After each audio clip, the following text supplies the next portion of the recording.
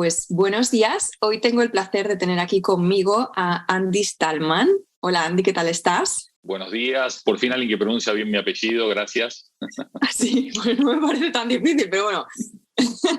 Gracias por tu tiempo y por esta conversación que vamos a tener. Voy a empezar a presentarte por si hay alguien que no sabe quién eres. Y la verdad es que para mí es un placer tener a Andy conmigo. De hecho, es la segunda vez que lo tengo aquí conmigo. Siempre ha sido una persona muy cálida, muy accesible a pesar de su éxito y de su estatus profesional. Y esto es algo que siempre he valorado mucho de él. Entonces, Andy Stallman es considerado uno de los principales expertos en marcas del mundo. Tiene más de 25 años de experiencia y ha desarrollado proyectos en los 5 continentes. De hecho, es speaker internacional y es autor de libros como Brand of On y del libro Totem, que tengo aquí conmigo, además de cofundador y CEO de Totem Branding, de la agencia. Así que, de nuevo, muchas gracias por tu tiempo y por ayudarme a introducir el concepto, la idea de un buen branding a nuestros oyentes, porque son sobre todo pequeños empresarios, medianas empresas, etcétera, ¿vale? Mencionas en tu libro Totem que la marca es uno de los mejores activos de una empresa. Hay una frase que me llamó la atención porque, bueno, bien porque a lo mejor la encuentro irreverente o porque coincido con ella. Entonces mi pregunta ¿es la reputación de una marca lo más importante entonces de un negocio? Empezamos así fuerte, a tope. Mira, para mí, sin duda alguna, una marca que está bien gestionada, que está bien tratada, que está bien cuidada, puede transformarse en el activo más valioso de una organización a lo largo de los años, porque es el único activo que bien tratado, cuidado, mimado, es el único activo que en vez de depreciar su valor, aumenta su valor. Con lo cual, siempre digo que para mí cuidar y mimar una marca termina siendo una gran inversión y no un gasto. A partir de ahí, conectando con la segunda parte de tu pregunta, la reputación está íntimamente relacionada con 2 aspectos para mí súper importantes. El primero es la percepción que tu marca genera en las personas. Y el segundo, que en realidad es el más importante, es lo que tu marca hace, que es lo que genera esa percepción y por lo tanto lo que construye esa reputación. Entonces, al final, si queremos tener una claridad sobre qué da valor y vida a una marca, para mí el principal valor sobre una marca reside en el talento de las personas que dan vida a esa marca. Entonces, es importante aclarar que la marca no termina siendo un símbolo, un logotipo, una aplicación, sino que es las acciones de las personas que dan vida a esa marca y que por lo tanto le crean valor a lo largo de los años. Por lo tanto, entiendo que una buena marca requiere de consistencia. O sea, no es algo que haces una vez, contratas una agencia, haces el lanzamiento o el reposicionamiento y ya hemos hecho trabajo, check, y seguimos, sino que te pide de consistencia y sostener esa coherencia en el tiempo. Exactamente. Hoy se está dando una circunstancia que se viene repitiendo desde hace muchos años, que es que como muchos creen dicen, vaticinan que 2023 va a ser un año muy complicado económicamente, financieramente, etcétera. La reacción casi espontánea de muchísimas personas es recortar la inversión en la marca, en el marketing, la publicidad, en la comunicación. Y creo que esto es un error fundamental porque precisamente, como vos bien apuntás, la construcción de una marca se da todos los días, cada día. No es una campaña de marketing, no es una campaña publicitaria. La construcción de la marca se da cada día con cómo atendés el teléfono, cómo respondes un email, cómo interactúas con otras personas, qué tan puntual pagas tus facturas, cómo te relacionás con las otras personas que hacen parte de tu equipo, etcétera, etcétera, etcétera. La consistencia es fundamental, así como la constancia, ¿sí? Hay mucha gente que quizás ve esta entrevista y se viene arriba y se emociona y se ilusiona porque le tocaste el botón correcto para hacer las cosas, pero después se da cuenta que esto no es una carrera de 100 metros, que esto es una maratón y las maratones requieren de dosificar la energía, pero siempre tener la conciencia despierta de que nunca frenás, siempre seguís dando pasitos para seguir avanzando. Estoy de acuerdo contigo con que o en que en momentos de turbulencia externa, vamos a llamarlo así, a lo que se devenga luego en el 2023 y en cualquier momento, una de las acciones o focos de atención en la que un negocio debe poner energía es precisamente en la marca. Es cuando más hay que reforzarla, la verdad. Solo por cerrar el círculo de esta reflexión que dijiste, si algo hemos aprendido en los últimos 50 años de crisis es que aquellas empresas que en tiempos complejos, ya sea de recesión, ya sea de crisis o de desaceleración económica, si en vez de dejar de invertir en la marca, mantienen la inversión o incluso incrementan la misma, son compañías que salen más fortalecidas de las crisis, que amplían su posicionamiento en el mercado, que mejoran su relacionamiento con clientes, proveedores y también empleados, y además mejoran su performance a futuro. Con lo cual, la reacción natural ante una crisis, que es cortar, no es la acción recomendada, pero ya no dicho por Laura o por Andy, sino por la propia historia. Dices también que, bueno, muy conectado con lo que estás diciendo, ¿no? De hecho, dices, el branding no es opcional, es inevitable. Y lo relaciono con lo que estabas diciendo de que las empresas del tamaño que sea recortan presupuesto en marca, en marketing.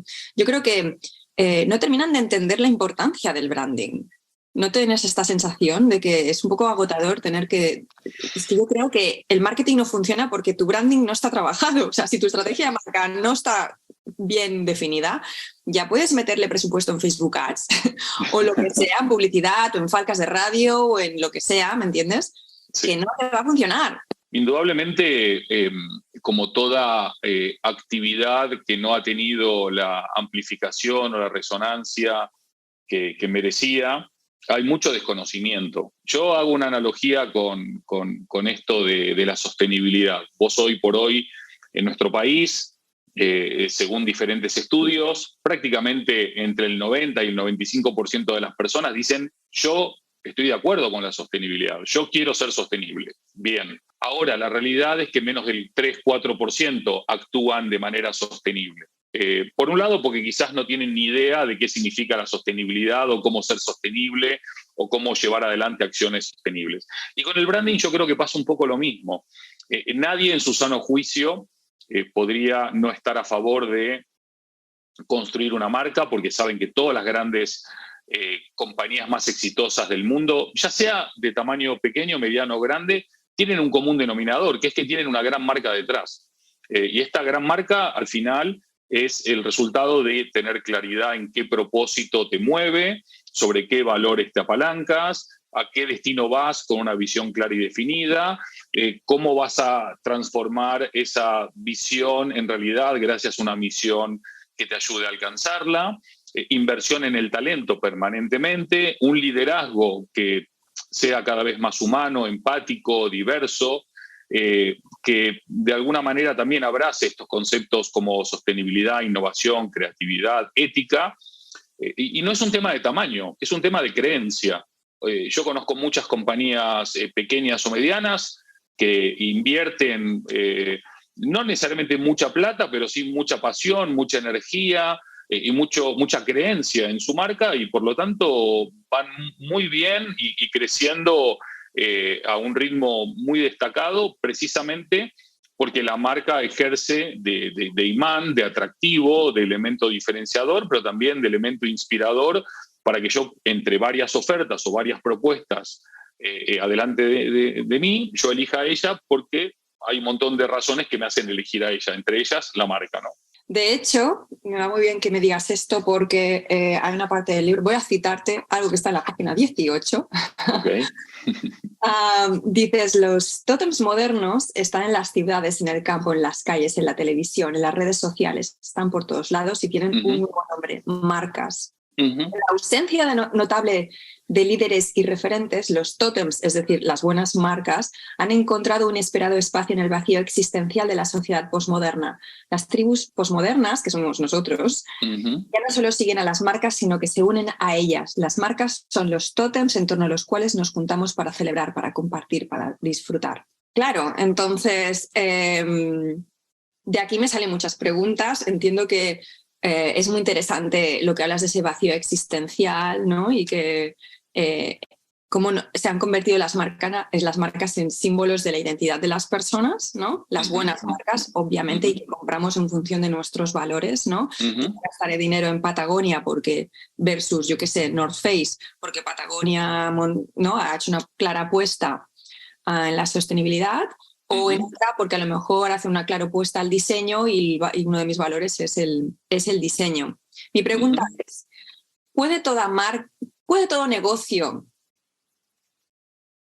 convertirse en ese tótem a pesar de haberse creado o nacido simplemente para manufacturar aspiradoras o yo qué sé, como un centro de fisioterapia o como un e-commerce? Es decir, parece que con esta definición de marca excepcional solo pueda un negocio llegar a ser un tótem, aquellos que, pues eso, ¿no? Pues venden algo muy, muy alineado con esto. ¿Qué pasa con el resto de los negocios más normales? ¿Cómo convertimos un negocio normal en tótem? Bueno, yo creo que diste dos ejemplos muy, muy claros de dos propuestas de valor que contribuyen a mejorar nuestra calidad de vida o a mejorar nuestra vida, ¿sí? Porque si vos tenés un centro de fisioterapia que nos puede quitar los dolores de espalda o nos puede estirar las piernas después de hacer ejercicio o simplemente por estar en una mala posición, o una empresa que vende aspiradoras que vos podés dejarla andando mientras tú te vas a trabajar para no tener que estar haciendo el trabajo duro tú, son marcas que, y una más a nivel de servicio, la otra más a nivel de producto, han sabido identificar necesidades en las tribus para ofrecer algo. Ahora bien, si hay muchos fisioterapeutas, si hay muchas empresas aspiradoras, puedo elegir solamente por precio, ¿sí? Pero no tengo ninguna garantía ni de calidad ni de ninguna otra cosa, porque el precio al final es lo que es. Pero si quiero elegir ya por otras cuestiones, como por ejemplo, cuáles son los valores sobre los cuales ellos se apalancan o se mueven, que si tenemos valores compartidos, ya ni que hablar, que me va a interesar mucho más acercarme a ellos. Si además sé que cuidan a su personal, si además sé que son responsables ya no solamente con el medio ambiente, sino con la sociedad también y con la economía, si además sé que tienen un liderazgo empático, humano, que inspira y que adora y que ama lo que hace, si además tengo una claridad de que no nacieron solamente con la vocación de ganar dinero, sino que de mejorar nuestra vida o de mejorar nuestra calidad de vida o de simplificar nuestra vida, voy sumando lo uno más lo otro, más lo otro, más lo otro, y al final, como resultado del mismo, si se vuelve trascendente para mi existencia, para mis necesidades y además me inspiran, yo dejo de ser un cliente para transformarme en un creyente. ¿Y por qué soy un creyente? Porque creo en su propuesta de valor, porque creo en su liderazgo, porque creo en su marca, porque creo en lo que hace, en cómo lo hace y en por qué lo hace. Ahora bien, es importante matizar que a diferencia de los antiguos creyentes de la antigüedad, 12.000 años atrás, cuando existían los tótems, ellos no tenían opción de elegir. Ellos eran ese tótem y desde el nacimiento a la muerte era ese tótem. Nosotros tenemos la fortuna de cada día poder reescribir nuestro contrato con cada uno de los tótems en los cuales creemos, o si nos fallan o nos engañan o faltan a nuestra confianza o a nuestra expectativa, poder ir a buscar otros. El tótem no tiene que ver con el tamaño, sino que tiene que ver con precisamente el compromiso, la propuesta de valor, el propósito, y no solamente tiene que ser una empresa. Hoy podés tener un equipo de fútbol que es un tótem, puedes tener un jugador de tenis que es un tótem, puedes tener un presidente que es un tótem o puedes tener una política que es un tótem. Obviamente es mucho más difícil esto último, pero no es descartable.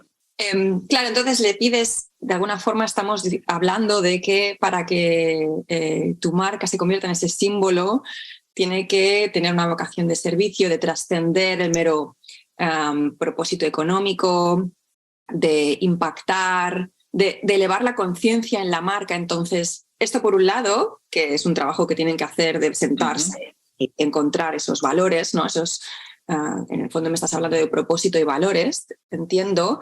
Y por el otro nos encontramos con marcas que vamos a hacerlo, pero caemos en el greenwashing o en el vamos a quedar bien, pero luego tiene sentido porque si realmente estoy pensando, o sea, creo que si realmente tiene que haber entre los valores y propósito que una empresa dice tener y lo que luego hace, o sea, tiene que haber esa acción. Y esa acción muchas veces le obligaría a intervenir en el modelo de negocio de muchas empresas. Por ejemplo, la industria textil, ¿no? La misma de automoción, ¿no? De decir, bueno, o sea, si realmente quieres ser coherente con estos valores, tienes que dejar de hacer diésel o empezar a hacer solo coches eléctricos o hacer una clara apuesta, ¿no? Digo yo, entonces nos encontramos con ese, greenwashing, pero hay washing en todos los sentidos. ¿Cómo lo tratas tú con tus clientes? Bueno, ¿Qué le dices con esto? Decía, hay una coherencia, no puede ser que tu modelo de negocio sea en realidad opuesto a estos valores que tú dices tener. Hay dos cosas. La primera es cuando vos ves una marca tótem, la marca tótem busca las relaciones por encima de las transacciones. Vos imaginate, si yo voy al fisioterapeuta, me abre la puerta y me dice, acuéstese, y me empieza a atender, y no me pregunta ni qué me pasa, ni cuál es mi dolor, ni quiere interesarse por mí, ni quiere saber nada. Yo soy una transacción al final y él tiene que cumplir una serie de pacientes por día y entonces yo no quiero volver ahí. Pero si voy a un fisioterapeuta que igual en vez de atender 20 clientes por día atiende 15 porque se toma el tiempo, se toma el trabajo de entender, de comprender, de ponerse en los pies, en los zapatos de su paciente, él está empezando a construir una relación y al final del día, si yo tengo un problema mañana, ¿a cuál de los dos voy a volver? Entonces ahí es donde se empieza a construir valor. Uno piensa siempre en el corto plazo, en la inmediatez, en los KPI, de los cuales muchas veces muchas empresas son prisioneros, pero las relaciones bien construidas, consolidadas a partir de la confianza, la reciprocidad y el amor bien entendido, para mí son mucho mejor inversión que el corto plazo, la inmediatez y lo transaccional sin algo. En relación a lo segundo, nosotros trabajamos con muchas compañías que están haciendo el viaje de la transformación. Y es un viaje, en algunos casos, más veloz y en otros casos menos veloz. Yo muchas veces intento inspirar a los directorios en la línea de, si todavía no somos algo, no digamos que somos eso. Si estamos yendo hacia ahí, bueno, vayamos contando cuáles son las acciones que estamos tomando, por qué las estamos tomando y por qué es importante para la organización, para los miembros de la misma y para todo lo que se desprende de la misma organización. Llama proveedores, llama accionistas, llama asociados, llama colaboradores, llama ecosistema, llama medio ambiente o llama mundo.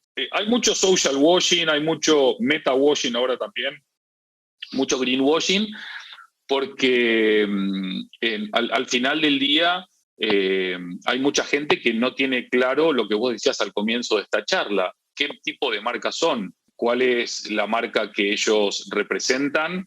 Y por qué es relevante esta marca para la vida de las personas. Y si esta marca tiene unos valores y no les estás dando vida porque estás eventualmente engañando o manipulando o faltando a la verdad, es una marca que no tiene recorrido en el tiempo. Vos podés engañar un rato a un poco de gente o mucho rato a un poco de gente, pero no podés engañar todo el tiempo a todo el mundo. Es imposible. Y más en esta era en donde demandamos los clientes, los consumidores, los usuarios, los ciudadanos, cada vez demandamos más transparencia, más honestidad, más ética, y no nos da lo mismo, afortunadamente no nos da lo mismo, porque esto al final del día va a terminar empujando u obligando a muchas compañías, aún en contra de su cuenta de resultados, a cambiar, porque si no dejarán de elegirla, dejarán de ir a trabajar, dejarán de comprarle y entonces desaparecerá. Al final el branding termina siendo bueno si es genuino y si es honesto y si es auténtico y si es transparente. Lo demás no es branding, lo demás es engaño. Totalmente. De hecho, me está respondiendo todas las preguntas que tenía aquí preparadas. Lo siento. Acabó la entrevista. Chao. Porque, de hecho, hablas de esto. En el libro hablas mucho de hecho, del factor humano, de las relaciones, de la sostenibilidad, ¿no? Y quería preguntarte, bueno, porque yo lo veo así también, ¿no? Pero un poco para abrir la conversación, ¿no? De si solo las empresas que tienen estos valores, especialmente el de la sostenibilidad, de la responsabilidad, etcétera, son las que van a tener futuro, pero me estás viniendo a decir que sí.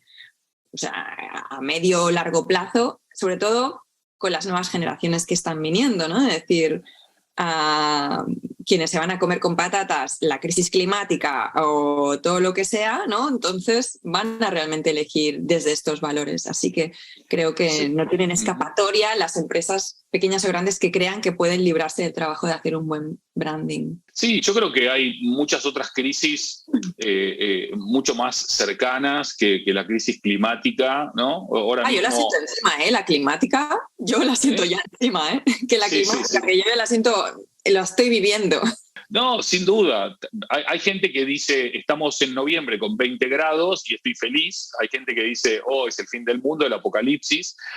Hay dos cosas. Cuando escribí mi libro Humanofón, hace ya muchísimo tiempo, una de las cosas que encontré es que, ahora no me acuerdo de memoria porque ya fue mucho tiempo, pero creo que en el Mesozoico, que fue hace no sé cuántos miles de años, se dio una circunstancia, ¿sí? Aumentó la temperatura media del planeta, aumentaron los niveles de los océanos, empezaron a derretirse parte de los polos, y sigo el listado que básicamente es lo que están diciendo que está pasando ahora.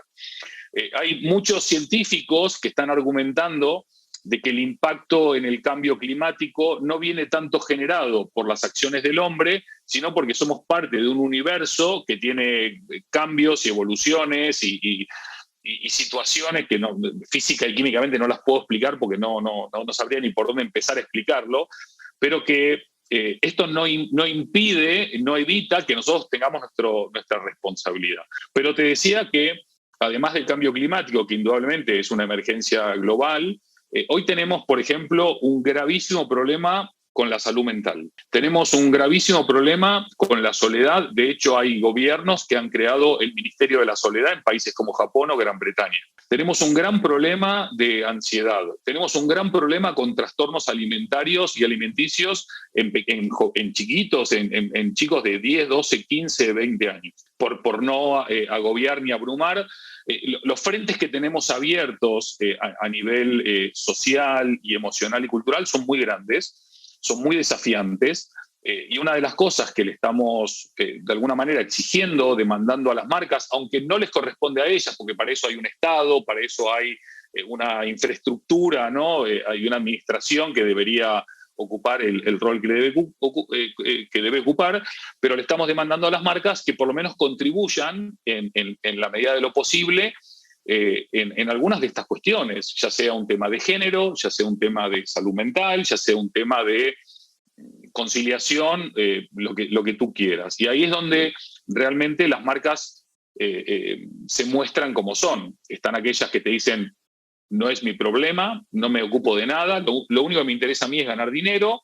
Y hay muchas empresas, y esto creo que es muy esperanzador, que no atacan a todos los problemas a la vez porque es inviable, porque no es sostenible, pero que sí van tomando cartas en el asunto, en el bienestar de sus empleados, o en cómo tratan a los residuos, o de qué manera entienden que la sostenibilidad no es solamente medioambiental, sino también, como dijimos, económica y social, y hay un tratamiento social diferente. Y yo creo que hay una gran avanzada, hay una gran vanguardia de compañías que ya no lo hacen por quedar bien, sino por creerlo. Y creo que esos son las verdaderas marcas tótems, ¿no? Que creen en lo que hacen con un convencimiento pleno y que está respaldado por los hechos, por las acciones, ¿no? Más que por las palabras o los discursos. Esa coherencia. Así que casi quedaría como acción a quienes nos esté escuchando que elija esa causa en la que con la que alinear su marca, ¿no? Que no sea por falta de causas o crisis y que empiece a trabajar la marca desde uno de estos propósitos. Andy, no quiero robarte más tiempo. Ha sido un placer tenerte aquí. Para los que queréis saber más de él, este es un muy buen libro con el que empezar a conocer a Andy Stallman. Y nada, estamos en contacto y muchísimas gracias de nuevo. No, Laura, gracias a vos de corazón por este espacio, por esta conversación, y ojalá que dentro de 10 años, cuando nos volvamos a encontrar en otra charla, podamos decir que por fin no tenemos que seguir picando piedra para explicar la importancia trascendental que tiene el branding para personas, organizaciones, instituciones y empresas, porque después de mucho picar piedra finalmente se ha entendido. Así que Lo van a escuchar. sigamos trabajando en eso. Y muchas gracias. Un abrazo.